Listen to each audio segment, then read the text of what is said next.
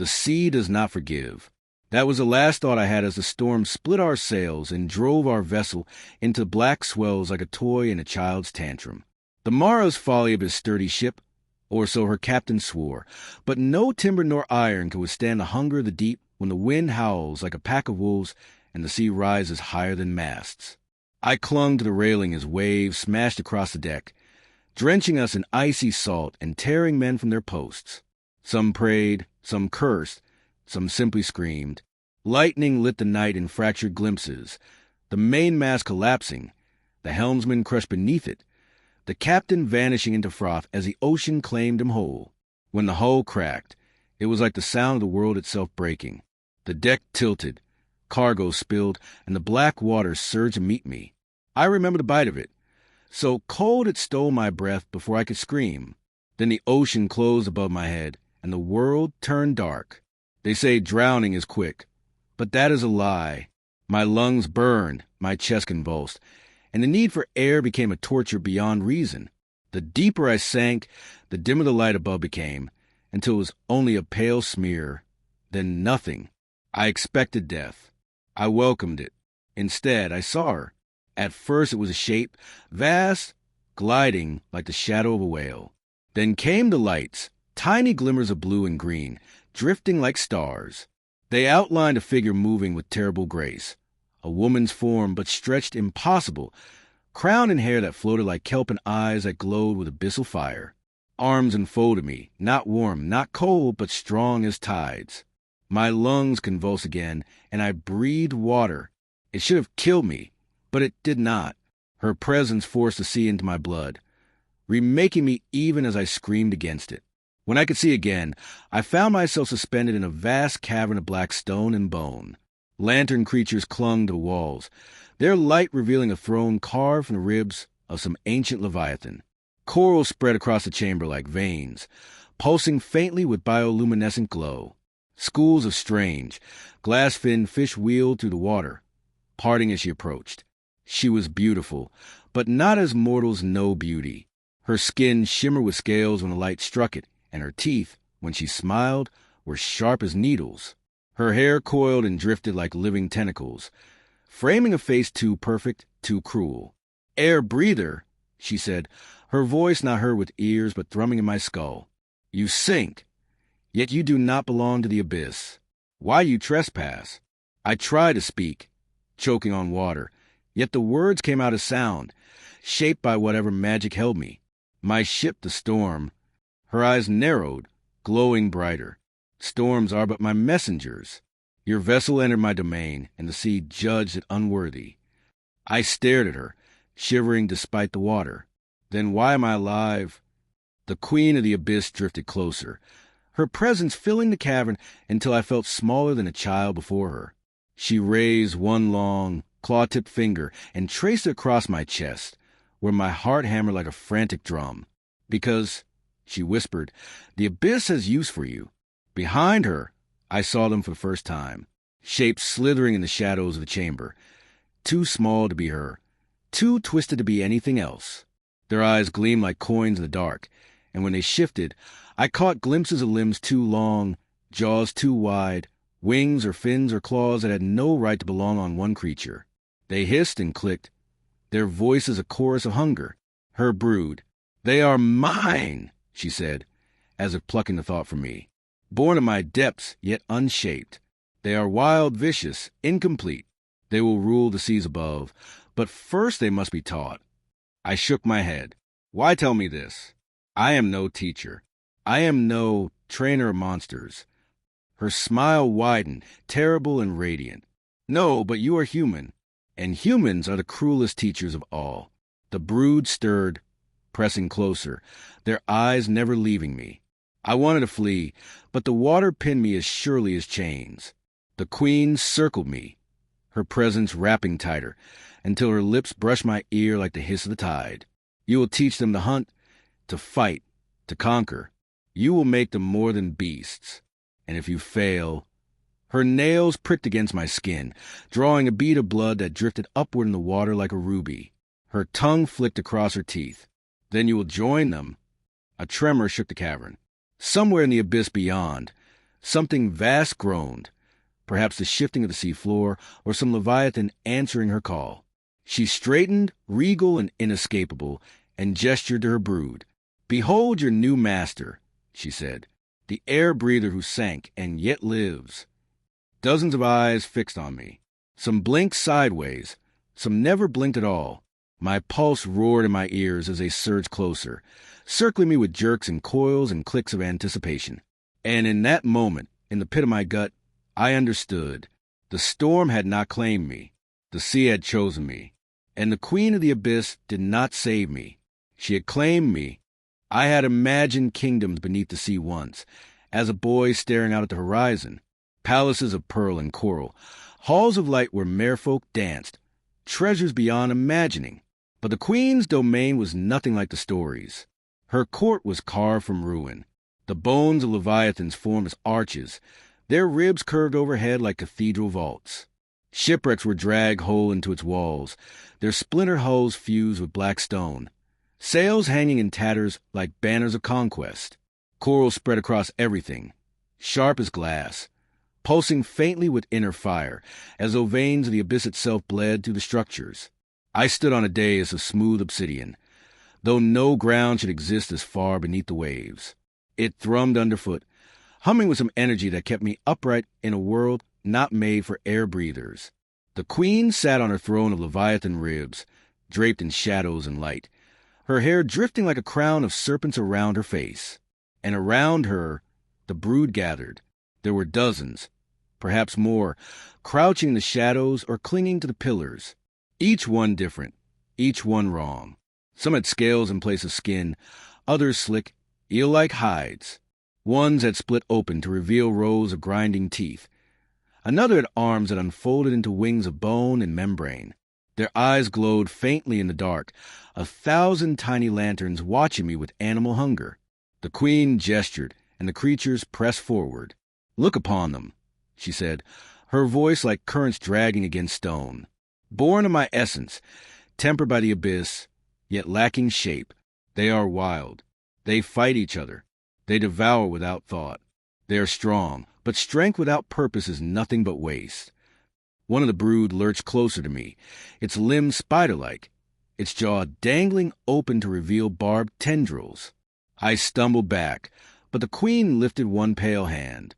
Instantly, the creature froze, then slithered away, bowing low before her throne. "They obey only me," she said, "and yet I will give them to you." My voice caught in my throat. "Why me?" Her eyes gleamed with the light of abyssal vents, terrible and beautiful. "Because you are human, and humanity has always known how to shape monsters, whether beast, machine, or each other. You build armies from nothing. You conquer with your cunning. You bend the wild to your will." She leaned forward, her smile showing the faint gleam of serrated teeth. "My brood will learn from you what they cannot from me." "I am no general," I said. "I was a sailor, nothing more." The queen rose from her throne, the weight of her presence pressing down on me until I thought I would sink into the stone. She circled me, her fingers trailing across my shoulders as if she were measuring me for chains. "You survived the abyss when others drowned," she murmured. "You stood before me when others would break. That is enough. The rest you will learn." The brood hissed and shifted, their bodies restless. One clawed at the wall, carving deep gouges into coral. Another circled me with twitching limbs, its eyes never blinking. I could feel their hunger, their violence, held in check only by the queen's will. "You will live here," she said. "You will eat what the abyss provides, drink of its currents, breathe as my children breathe. You will rise with them, sleep among them, fight beside them, and in time you will teach them as you teach yourself." Her words settled like chains around my chest. "And if I refuse?" Her smile was terrible in its serenity. "Then I will peel away what is weak, until nothing remains but something fit for my brood. You will serve me one way or another." I swallowed hard, my throat burning with salt. Around me, the brood clicked and hissed, their bodies shuddering with anticipation. They wanted me to refuse. They wanted to see what their mother would make of me then. The queen straightened and clapped her hands once. The cavern shook with a sound, as though the sea itself obeyed her. From the shadows, attendants emerged, creatures half human, half fish, with vacant eyes and coral grown through their flesh. They carried objects, nets woven from kelp and silver threads, blades forged from whale bone, helmets carved from shells. These they laid at my feet. Tools, the queen said, weapons, symbols. They will mean nothing to you now, but in time they will be as familiar as your own hands. Take them. Begin. I stared at the heap, then at her. Begin what? The queen of the abyss leaned forward, her voice filling the cavern like a tide. Begin shaping my children. The brood surged closer, encircling me fully now. Their movements were erratic, twitching, hungry. Some sniffed at the weapons. Others hissed at each other, snapping jaws and barbed tongues. They were beasts, little better than predators. But in their eyes, behind the hunger, I saw something else. Curiosity. They wanted to know me, to test me, to see what I would do. The queen sank back into her throne, her gaze never leaving mine.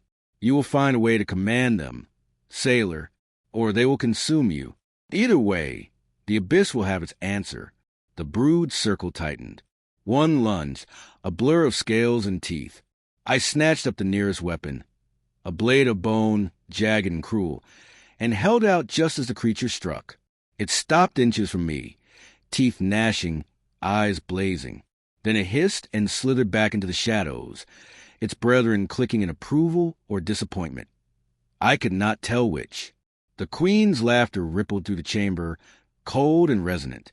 Yes, she said softly, you may yet serve me well.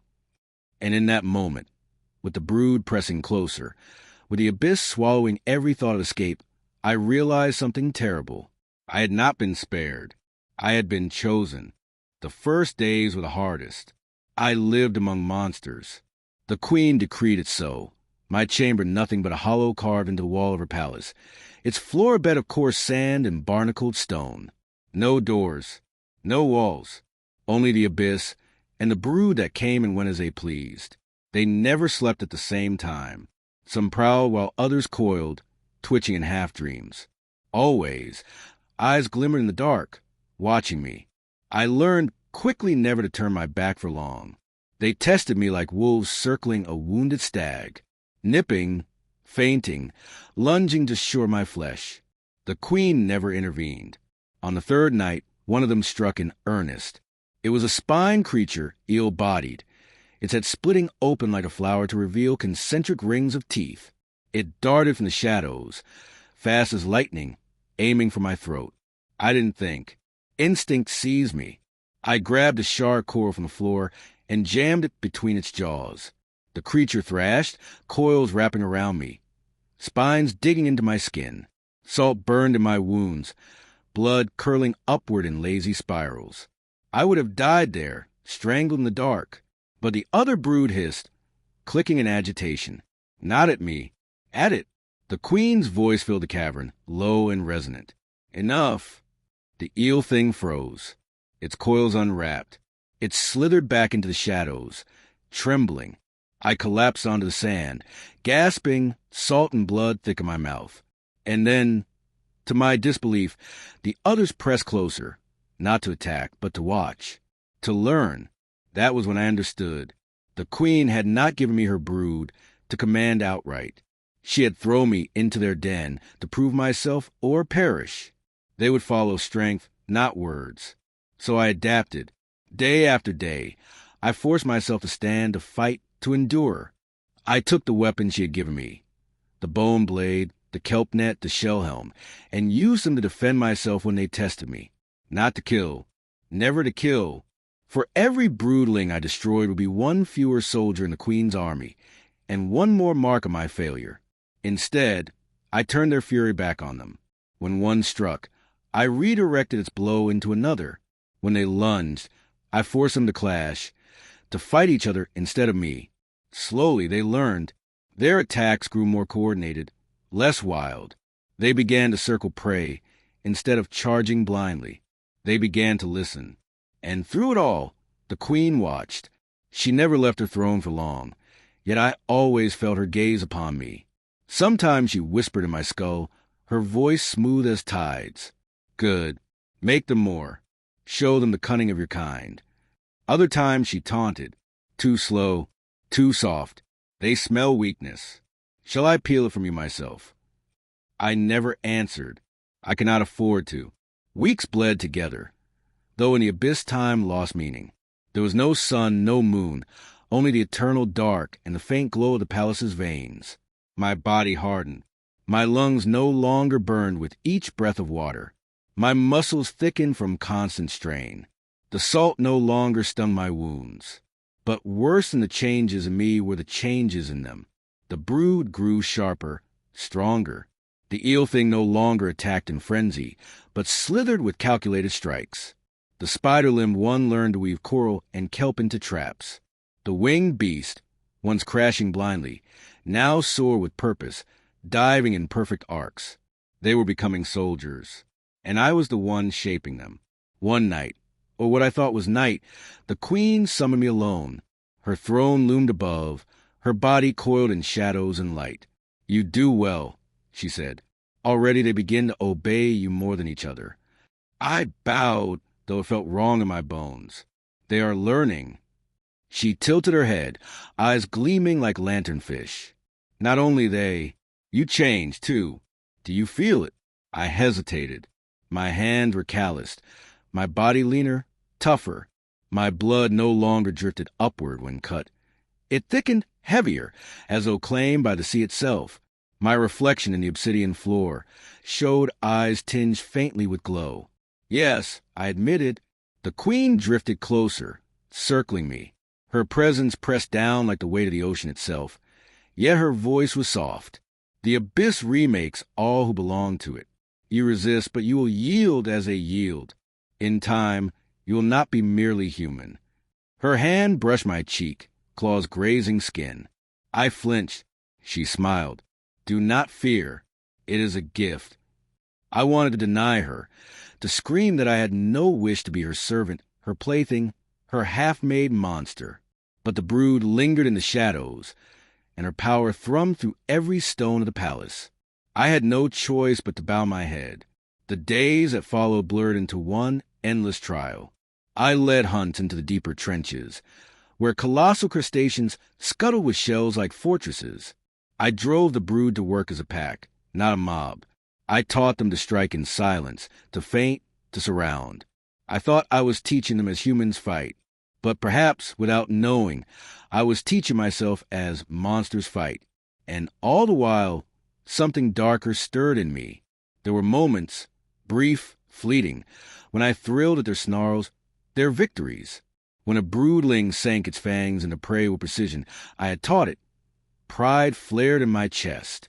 Pride in them. Pride in myself. And beneath it, fear. For I knew the brood would not remain in the abyss forever. The queen had plans. Her kingdom was not content with the deep. Her children were meant to rise. And I was the one shaping the spear she would hurl at the world above. The day, or whatever passed for in the abyss, came without warning. The queen summoned me to her throne. Brood coiled in the shadows behind her, restless, eager. Her voice thrummed in the water, like a current tugging at my bones. They are ready, she said. I bowed, though the words filled me with dread. Ready for what? Her lips curved in a smile sharp as coral. For war. She rose, and the palace trembled with her. From the walls, veins of coral pulsed brighter, as though the abyss itself had quickened in anticipation. She lifted her hands, and the brood surged forward, crowding around me in a circle of snarls and clicks. You have given them shape, she said. You have carved their hunger into weapons. Now you will lead them against the world above, against a land that defied me. A chill ran through me colder than the deepest waters. The surface? You mean to... Her eyes blazed, cutting through my words. They cling to their fragile ships, their fragile kingdoms, thinking themselves safe from the sea. But the abyss has waited. My children will rise. They will tear down sails, sink fleets, topple cities built too near the shore. The surface will learn who is queen. The brood hissed, stirred, pressed closer. Their hunger was no longer animal, but sharpened, disciplined. I had given them that, and now she would unleash them. "I will not," I said, the words ripping from me before fear could choke them back. "I will not lead them against my own kind." The queen drifted down from her throne, circling me like a shark, her presence wrapped around my chest, squeezing the air from my lungs. "You will," she whispered, "because you belong to me now. The sea has claimed you. The surf has cast you down. Who else will you serve?" I clenched my fists, forcing the words past the weight of her will. "I taught them to fight, but I never swore to help you slaughter innocents." The brood stirred, agitated by my defiance. The spider-limbed one hissed, wings snapping open like blades. The eel thing coiled tight, teeth flashing. They wanted blood. The queen's smile never faltered. "Then prove yourself, air breather. Prove where your loyalty lies." With a gesture, she parted the coral wall of her throne room. Beyond, a vast rift yawned, blacker than night. From its depths rose shapes, immense, armored, crawling from the abyss like mountains come to life.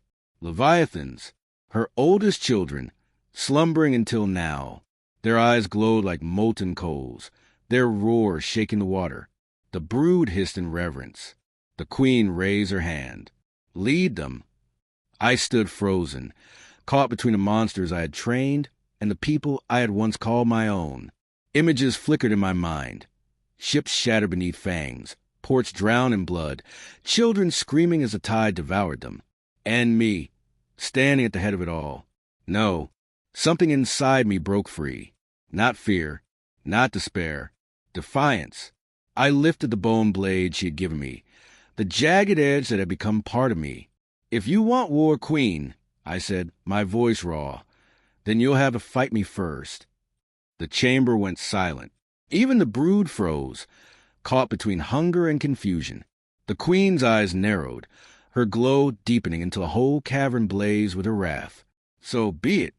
She surged forward, faster than thought. Claws slashed. I barely raised my blade in time. The impact hurled me back, skidding across the sand. The brood shrieked, torn between obeying her and the strange, fragile bond one had forged with them. I forced myself up, chest heaving, arms shaking. She descended again, her power crushing, her presence unbearable. But this time I did not stand alone. The eel thing darted between us, snapping its jaws, not at me, but at her. The spider-limbed one leapt, wings spread, striking at her with bone blades. Others joined, hissing, striking, defying their mother for the first time. She roared, a sound that split the abyss. The brood shrieked in answer, their loyalty torn. And in that moment, I understood I had given them more than discipline. I had given them choice. I dove into the chaos, blade flashing, net whipping, shouting commands they barely understood, but somehow obeyed. Together we drove her back, striking, swarming, forcing her against her throne. She was a tempest, tearing through them with claws and teeth and waves of power. But for every broodling she cast aside, two more surged forward, driven not by her will but by their own. For the first time, the queen faltered. Her gaze found mine, burning with fury, and beneath it, something like grief. "You betray me," she whispered, voice trembling the stone. "No," I said, standing amid the brood that had chosen me. "I free them." The palace shook. Cracks split the walls, light spilling from the veins of coral. The leviathans roared in the rift, thrashing in rage. The queen screamed, a sound like the ocean collapsing. Then the abyss swallowed her. The palace fell silent. The brood gathered around me, eyes glowing, bodies trembling, waiting. I lowered my blade. My chest heaved. My blood sang. They were no longer hers. They were mine. I do not know what will come next. The surface still waits above, blind to the war that almost rose from the deep. The queen may return, or perhaps she is gone forever. But her brood remains, bound not by chains, not by hunger, but by choice. And I, sailor, survivor, unwilling general, stand at their head. I fear what I have made of them. I fear what I have made of myself. But the abyss has chosen me. and the surface will remember.